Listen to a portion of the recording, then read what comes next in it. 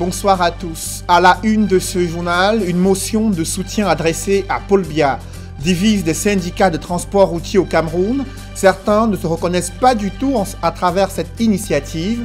Ils dénoncent l'imposture des signataires de cette motion de soutien. Vous les écouterez dans ce journal exprimer leur intérêt à suivre davantage les programmes des autres 8 candidats à cette élection présidentielle. Le plan d'industrialisation de l'Afrique centrale est-il voué à l'échec? Les experts des Nations Unies tirent les faillances, parmi lesquelles le modèle de financement. On en parle dans le chapitre économie du journal de 20h.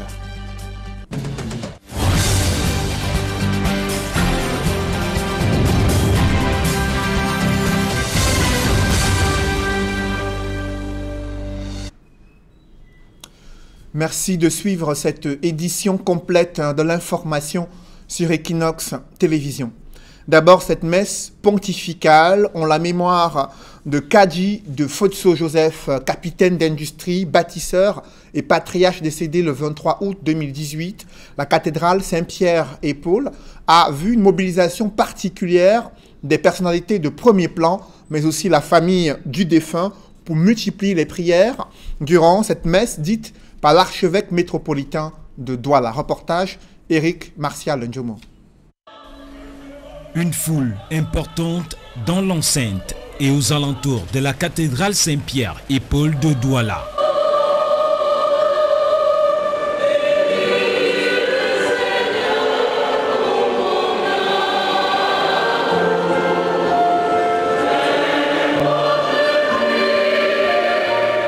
Pour rendre un dernier hommage au patriarche Joseph Kadji de Fosso, employé du groupe, partenaires, hommes d'affaires, autorités traditionnelles, religieuses et administratives, ou encore simples curieux, ont investi ces lieux, parés à l'odeur du défunt.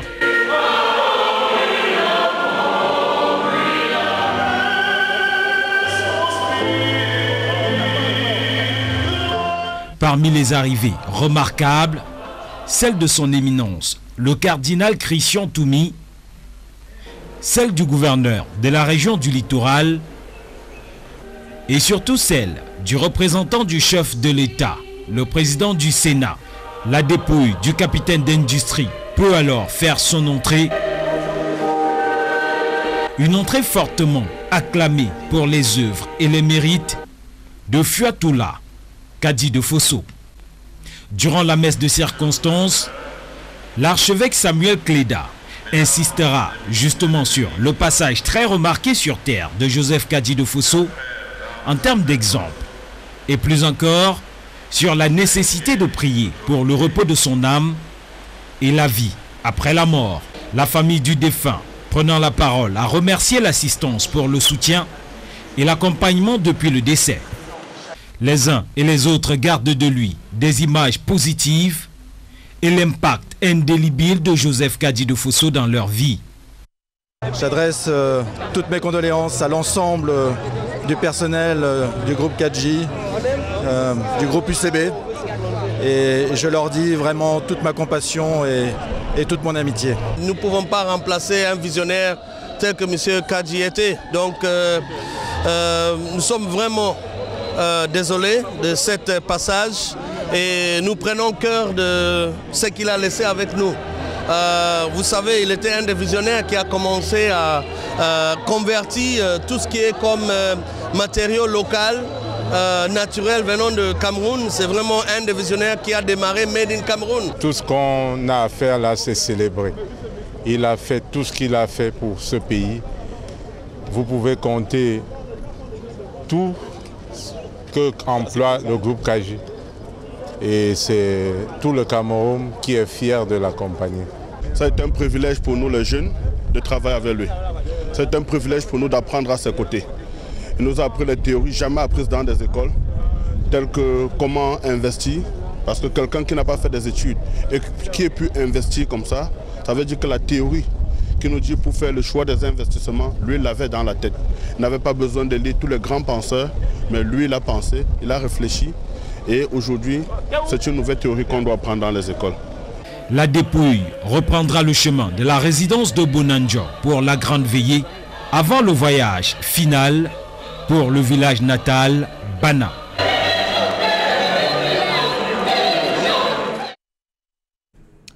Parlons maintenant de ces funérailles de Kofi Annan qui ont mobilisé plusieurs chefs d'État et de gouvernement au Ghana, des funérailles nationales durant 3 jours pour saluer la mémoire du prix Nobel de la paix et ancien secrétaire général de l'ONU. Il doit être inhumé ce jeudi du côté du Ghana. Alors que le pays est confronté à une crise financière et économique, le gouvernement a choisi de ressusciter le libéralisme communautaire, un livre dont l'auteur Paul Biya était absent lors de la dédicace de l'édition actualisée à Yaoundé, mais tout le gouvernement s'est mobilisé pour défendre cette idéologie politique dans la perspective de l'élection présidentielle. Des précisions avec Emmanuel Diop et Marcelin Gansop. Après une première vie très populaire dans la deuxième moitié des années 80, pour le libéralisme communautaire, le livre signé de Paul Biya avait quelque peu perdu de sa superbe. Les bourrasques du multipartisme et les aléas de la vie politique, faits de mutations récurrentes, n'en faisaient plus la référence idéologique absolue, comme cela fut le cas longtemps entre 1987 et 1990. En effet, véritable vade-mecum du RDPC et des cadres du renouveau, ce livre s'apparentait en quelque sorte au livre rouge de Mao Tse-tung en Chine. Passé cette période glorieuse, on avait presque oublié pour le libéralisme communautaire. Mais voici qu'en un élan inattendu, l'éditeur Pierre-Marcel Favre reçoit une médaille et dans la foulée, le livre est réédité. Dans la nouvelle édition, sur la forme, on note une rupture nette en première de couverture d'avec l'édition précédente. C'est désormais la photo d'un Paul Biya souriant qui succède à celle neutre et plus en retrait de l'édition de 1987. Dans le fond, aucun changement notable n'est introduit, le socle du livre reposant toujours sur la vision développée par Paul Biya autour des apports communautaires dans l'évolution du Cameroun. Quel but vise finalement cette démarche? Il faut croire que cette nouvelle édition permettra de meubler la campagne du candidat Paul Biya, exercice dans lequel il peut être difficile de se renouveler avec une énième campagne électorale après 36 ans de pouvoir du locataire des tout-dits. Quant à l'intérêt stricto sensu de la réédition qui obéit aux règles de la demande du marché, y compris pour les études, et la qualité d'œuvres majeures reconnues, il n'est pas certain que pour le libéralisme communautaire répondent à ces critères. Mais au moins, les militants, sympathisants et soutiens du président Paul Biya feront connaissance avec un livre entré dans les annales politiques du Cameroun. Parlons à présent de cette dédicace de la réédition du libéralisme communautaire, un livre dont l'auteur est Paul Biya, le gouvernement qui s'est mobilisé pour défendre cette idéologie politique dans la perspective de l'élection présidentielle. Des précisions avec Emmanuel Diop et Marcelin Gansop. Cela avait tout l'air du lancement de la campagne du candidat Paul Biya. Pas moins de 18 exposés dans une salle occupée par la quasi-totalité du gouvernement, des directeurs généraux, des parlementaires et autres hauts cadres de l'administration, tous des militants du Rassemblement démocratique du peuple camerounais. Chacun des intervenants est allé de son verbe pour vanter les réalisations du renouveau dans son secteur d'activité. Par exemple, en 1987, l'économie numérique n'existait pas. Il a bien fallu, par exemple, qu'on parle, que le président Paul Biya parle de l'économie numérique. En 1987, il y avait une seule université au Cameroun. Aujourd'hui, il y en a 8 universités d'État et 242 instituts privés d'enseignement supérieur. Il y avait une seule faculté de médecine. Aujourd'hui, il y en a 9. Il y avait une seule école normale supérieure. Aujourd'hui, il y en a 4. Il y avait une seule N7. Aujourd'hui, il y en a 4. Il y avait une seule école nationale supérieure polytechnique. Aujourd'hui, il y en a 4. Si nous ajoutons la faculté de génie industriel de l'université de Douala. Pour le libéralisme communautaire, dans sa nouvelle version, se veut une réappropriation du socle doctrinal du renouveau. Mais on a cherché en vain les traces de l'auteur, du reste absent à la dédicace, dans les 165 pages de l'ouvrage. Cette édition actualisée est dédicacée à la veille de l'entrée en campagne électorale. Au RDPC, l'on est conscient que tout n'est pas acquis au président candidat. et qu'il y a des voies à conquérir. Donc les choses ont évolué et il était tout à fait normal que le président de la République précise que, l'idéologie, le socle doctrinal n'a pas varié, mais les actions se sont enrichies. La dimension stable révèle l'intégrité, la probité d'un homme d'État qui est constant dans ses convictions. La conviction forte, la conviction la plus évidente et la plus éminente étant que l'homme est la priorité la plus ardente du président Paul Biya. Si le discours de 1987 avait fait rêver au sein de l'opinion, l'on se demande si celui de 2018 fera pareil. À chacun de faire son bilan à moins d'un mois de l'élection présidentielle. Une motion de soutien adressée à Paul Biya qui divise les syndicats des transports routiers au Cameroun. Certains ne se reconnaissent pas du tout à travers cette initiative. Ils dénoncent l'imposture des signataires de cette motion de soutien. Ces transporteurs routiers disent être plus intéressés à suivre les programmes des autres candidats à l'élection présidentielle. L'Afrique qui a mal à son industrialisation, la stratégie de création des structures de transformation locales des matières premières est vouée à l'échec. C'est en tout cas le constat que font des experts des Nations Unies réunis à Douala. Ils pointent un doigt accusateur sur le modèle de financement inapproprié pour le développement industriel du continent africain. Innocent Abega et Donald Brice Kamgan. Jusqu'en 2016, le comité intergouvernemental d'experts de la Commission économique des Nations Unies pour l'Afrique a formulé des recommandations pour booster la transformation des économies du continent par l'industrialisation entre autres. La mise en œuvre de ces mesures bute notamment sur l'absence de financement adéquat. Malgré leur surliquidité, les banques hésitent à offrir des crédits aux industries. On parle de ressources courtes. L'industrie ne se finance pas sur une épargne qui est essentiellement quotidienne, hebdomadaire ou mensuelle, parce qu'à la vérité, qu'est-ce qui est déposé dans nos banques, ce sont des ressources qu'on va rapidement solliciter. L'industrie se finance par des ressources beaucoup plus longues. Il faudrait pouvoir, si on veut financer une industrie, qu'on accorde des crédits sur des années. Ce financement des industries sur une longue échéance pourrait en priorité être orienté vers les structures nouvellement installées et crédibles. À tout prendre, c'est la question du climat des affaires qui rejaillit. Fiscalité rationnelle, sécurité, lutte contre les lourdeurs administratives, des facteurs répugnants pour l'investisseur. S'il peut avoir moins de tracasseries administratives ailleurs, il placerait son argent ailleurs. Donc il y a un agenda des acteurs publics à mettre en place pour que l'environnement des affaires soit amélioré. Pour, encore une fois, inciter et les acteurs locaux et les acteurs étrangers à mettre leur argent dans les pays d'Afrique centrale pour promouvoir cet agenda d'industrialisation. Mais transformer suppose que l'on produit en quantité. Le colloque organisé à Douala avec le partenariat des Nations Unies suggère des pistes de valorisation de l'agro-industrie présentées comme une opportunité capitale pour l'Afrique. Parlons de cette motion de soutien qui divise les syndicats de transport routier. Certains syndicalistes ne se reconnaissent pas du tout à travers cette initiative. Ils dénoncent l'imposture de leurs confrères signataires de cette motion de soutien. Ils disent être plus intéressés à suivre les programmes économiques, politiques et les programmes sociaux des autres 8 candidats à l'élection présidentielle avant de se décider le 7 octobre 2018. Des précisions dans ce reportage. Un vote effectif et massif. Une motion de soutien lue et remise au ministre du Travail et de la Sécurité sociale à l'esplanade de l'hôtel de ville de Yaoundé. C'est l'œuvre de certains syndicats des transports routiers qui s'alignent derrière le candidat Biya pour la présidentielle du 7 octobre 2018. Si aujourd'hui nous nous regroupons pour lui dire que nous sommes derrière lui, c'est parce que nous avions fait le tour. Il n'y a personne qui nous propose mieux que lui.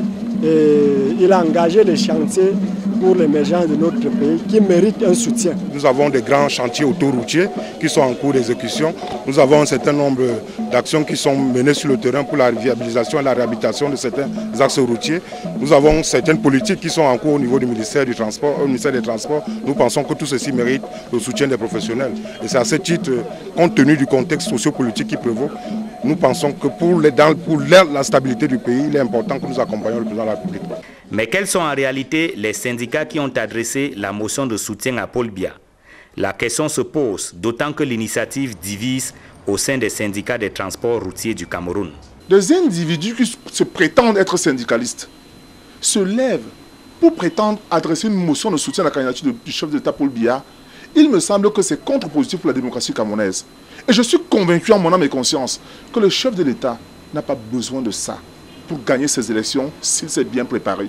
Pour le syndicat national des employés du secteur des transports terrestres, l'événement organisé à Yaoundé n'est rien d'autre qu'une mascarade et ne saurait en aucun cas engager le mouvement syndical national. Ce matin, c'était en réalité des fossoyeurs qui ont passé leur temps, depuis les indépendances, à utiliser le syndicalisme pour leurs fins propres. Et il me semble que ce qu'ils ont fait ce matin ne doit aucunement engager le mouvement syndical camerounais. Dans ce remue-ménage, une troisième voix s'élève, celle des syndicats qui dénoncent leur mise à l'écart dans l'organisation. Ils ajoutent par conséquent qu'ils ne sauraient accorder leur voix à Paul Biya sans avoir écouté les autres candidats. Les pionniers du transport dont nous ne sommes pas totalement ingérés dans ce type d'organisation. Quand quelqu'un présente un projet, tu regardes le fond, tu le lis dans les yeux. Qui est-ce qui proposerait une crédibilité la plus approfondie? Alors, quand je maîtriserai la meilleure, c'est là où je me plierai, ça c'est clair. La cérémonie s'est déroulée en présence de 3 membres du gouvernement qui ont chacun pris la parole. Mais ont-ils réussi à convaincre? Bien malin qui pourrait répondre à cette question, dans la mesure où la motion de soutien adressée à Paul Biya semble plus que jamais diviser les organisations syndicales des transports routiers du Cameroun. Dans le reste de l'actualité, l'insalubrité gagne du terrain dans certaines banlieues du 3e arrondissement de Douala. Les populations étouffent à cause des ordures, des montagnes d'ordures ménagères qui occupent presque toute la chaussée dans certains quartiers. Elles se plaignent d'avoir été abandonnées par les autorités locales. Reportage Warren Zede et Xavier Foka. Rue Chicago, au lieu d'une zone de recasement dans le 3e arrondissement de Douala. L'environnement est très insalubre.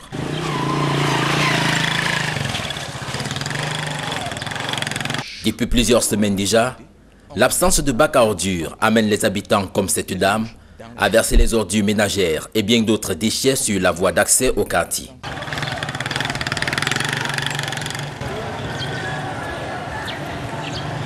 Selon les riverains, l'amas des déchets ainsi accumulés leur rend la vie difficile. C'est tout le quartier, tout village doit passer zone de recasement qui vient déverser la poubelle ici. Toute la zone. Imaginez-vous, les enfants doivent partir à l'école. On ne parvient pas, il y a les voitures qui circulent, les deux sens. La route est déjà divisée en moitié. Les enfants ne peuvent même pas rester dehors. Et nous-mêmes, pour rester dehors, c'est très compliqué. Les mouches, les odeurs, elles nous abondent. Qu'est-ce qu'on va faire? À quelques centaines de mètres de là, nous sommes à la rue Ciplan qui affiche le même visage insalubre.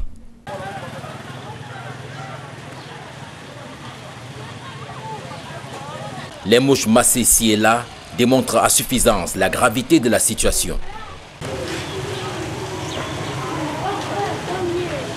Les denrées alimentaires exposées ça et là ne trouvent plus d'acheteurs. Même vendre, ce n'est pas évident qu'on vende parce que les mouches sont là à tout moment. Quand tu veux servir le client, les mouches sont en train de se déposer au point où vous-même regardez, voilà la marchandise, nous sommes à quelle heure? C'est quelque chose qui vend depuis le matin.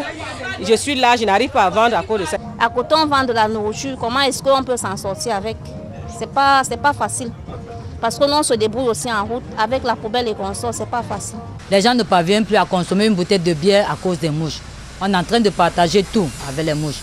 Et les maladies et tout ce que ça peut entraîner. Les ordures qui ont avalé plus de la moitié de ces routes rendent difficile la circulation à certaines heures de la journée. À 18h, les voitures qui descendent s'arrêtent. Celles qui montent après, ça s'arrête avant qu'on descende. La circulation est perturbée à partir de 18h. C'est presque coupé. La route, il y a l'embouteillage ici, les motos, les accidents, parce que la voie est réduite. Les habitants de ces quartiers disent avoir plusieurs fois interpellé en vain la société qui a la charge de ramasser les ordures ménagères. Le quartier serait donc abandonné par cette structure. Vu la situation qui s'aggrave, ils interpellent les autorités municipales. On ne sait pas ce qui se passe. Où Isaac ne travaille plus, on ne sait même pas. Où c'est l'État, on nous voit peu. On a les endroits zéro pas, on met les bacs aujourd'hui là, on déplace ça en bordure de route.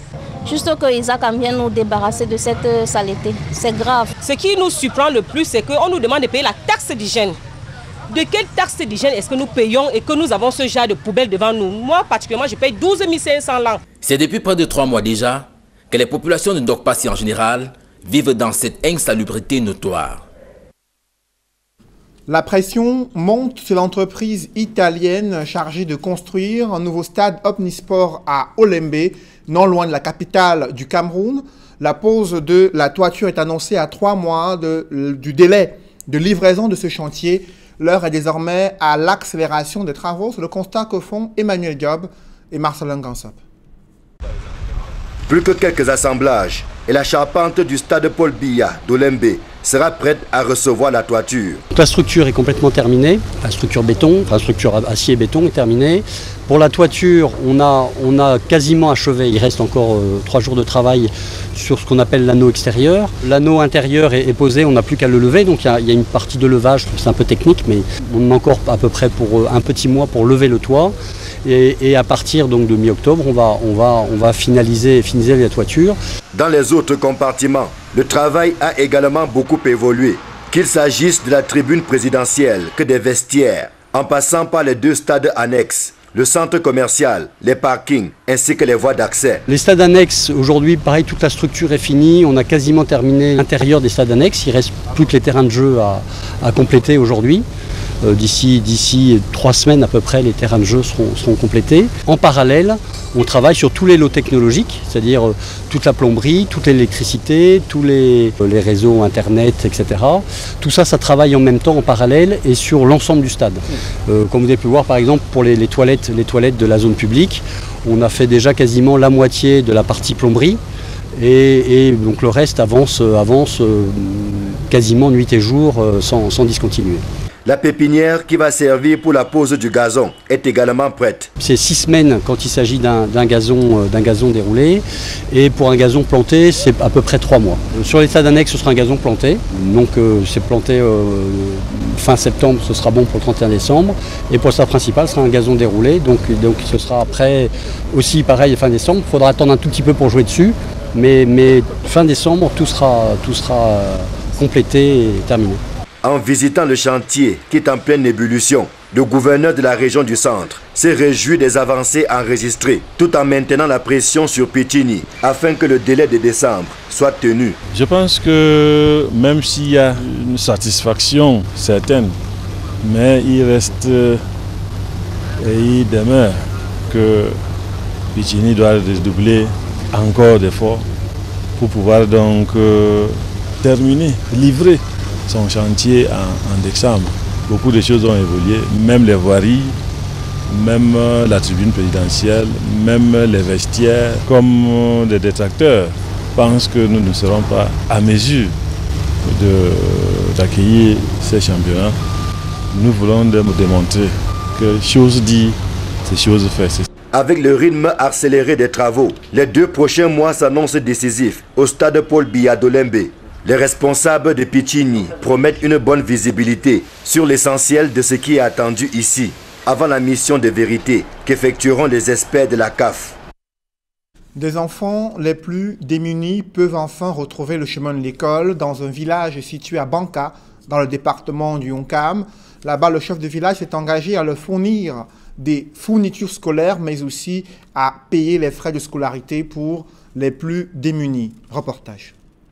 L'école publique de Mbasse, dans l'arrondissement de Mandja, dans le Honkam, a reçu pour le compte de cette année scolaire 2018-2019 des fournitures scolaires, du matériel didactique ainsi que des tables bancs. Cet élan de générosité est une initiative du chef du village Mbalassi et de certaines élites. L'école libère les enfants à aller à l'école. Nous prendrons, n'est-ce pas, des dispositions nécessaires pour que vous ne manquerez de rien. Le directeur de cette école se dit satisfait de ce don qui arrive à point nommé dans cet établissement scolaire délaissé par les pouvoirs publics. Ceci aidera les mains qui reçoivent aujourd'hui à se cultiver, à donner aussi demain. Pour dire, chers élites, que vous n'êtes pas en train de faire un don, mais plutôt un enseignement, car ces bonnes manières, suffisamment copiées, feront de ces enfants plus tard une élite soucieuse, dynamique et responsable. Mon souci majeur demeure le manque d'enseignants, puisque au courant des 2 années dernières, mes 2 enseignantes furent... Par ce geste, les élites entendent promouvoir l'éducation dans cette localité. J'ai fini mes premiers cycles ici et je suis revenu au village. J'ai vu que l'école n'est plus comme avant que nous avons commencé et j'ai sollicité mettre la main dans la pâte pour faire tout ce que j'ai fait avec le soutien de Sa Majesté Ngangou Sylvestre. Élèves et parents saluent cet élan de cœur à leur endroit. Je dis merci à tous ces sénateurs qui nous ont remis ce cadeau et qui nous a aidés pour l'école. Par rapport à cette circonstance, grand merci à tous ceux. Grâce au chef du village Mbalassi et des élites, les élèves de l'école publique de Mbasseu passeront une année scolaire dans de meilleures conditions.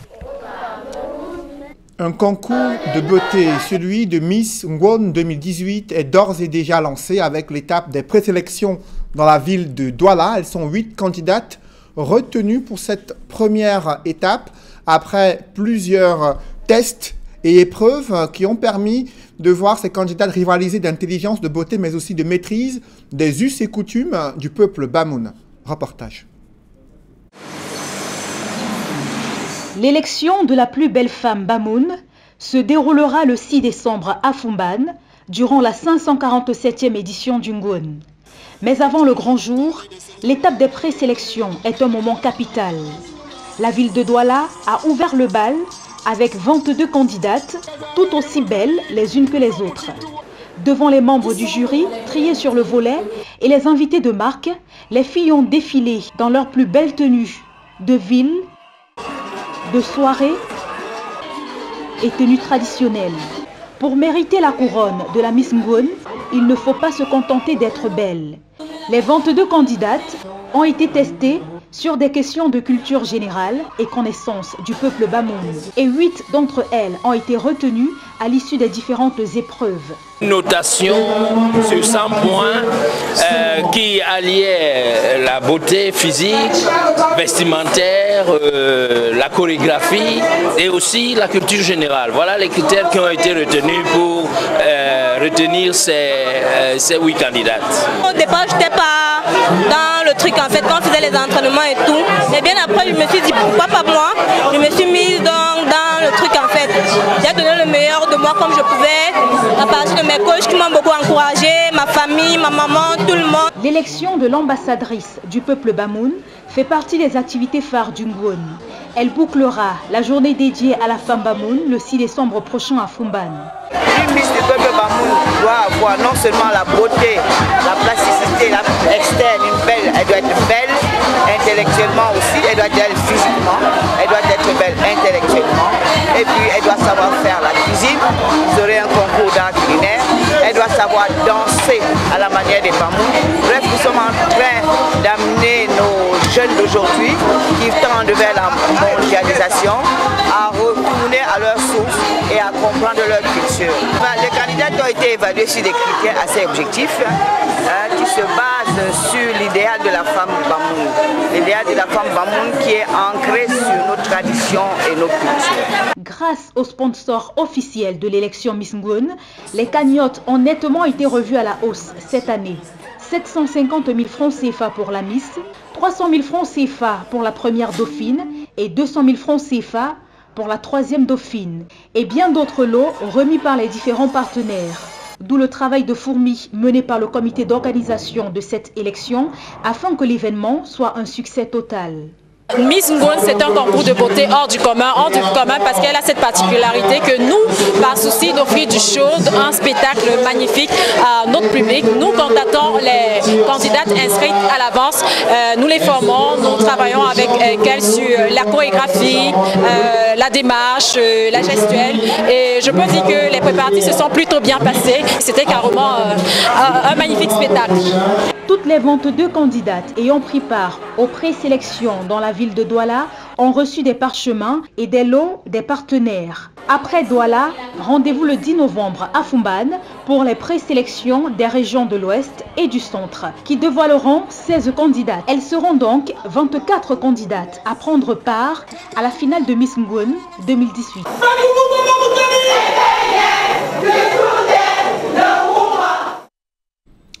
Mesdames, messieurs, c'est la fin de ce journal. Merci de l'avoir suivi. Juste après cette édition de 20 h, retrouvez Serge Alain Autou et ses invités pour le débrief du journal sur le plateau d'Equinox Soir. Serge Alain. Voilà, ils sont venus, ils se sont procurés le livre, mais ils sont repartis sans la dédicace de l'auteur. Une réédition où tout le monde cherchait le président Paul Biya, auteur de ce livre, Le libéralisme communautaire, réédité cette année 2018 en période de pré-campagne présidentielle. Vous l'avez dit, certains auraient aimé rencontrer l'auteur de cet ouvrage qui a, dans ses pages, décliné son idéologie politique pour le développement économique, social et culturel du Cameroun, mais en vain, le chef de l'État, Paul Biya, était absent durant ces différentes cérémonies de dédicace de cet ouvrage réédité et rendu public depuis quelques semaines au Cameroun et dans le reste du monde. Tout le gratin politique, administratif et même économique de la ville de Douala est venu rendre hommage à la cathédrale Saint-Pierre et Paul de Douala, au capitaine d'industrie. Kadi de Fosso Joseph, obsèque officielle décrétée par le chef de l'État qui sera représenté par Niat Marcel Difendi, président du Sénat et deuxième personnalité du Cameroun. Les obsèques qui vont se poursuivre dès demain à Bana jusqu'à samedi. Obsèques officielles pour rendre hommage à ce bâtisseur, vous l'avez dit, un pionnier dans l'industrie agroalimentaire au Cameroun, mais aussi dans l'Afrique subsaharienne. Et vous avez noté la présence des personnalités de premier rang qui sont venues assister à cette messe pontificale. Elles sont également présentes à la grande veillée qui se déroule depuis quelques heures ce soir du côté du domicile du défunt à Bonanjo, quartier administratif de Douala. Voilà, vous l'avez compris, madame, monsieur, c'est l'essentiel du débrief. Bonne soirée à vous, Cédric Noufélé. Bonne soirée à vous, Serge Alain. Rendez-vous demain, 20 h.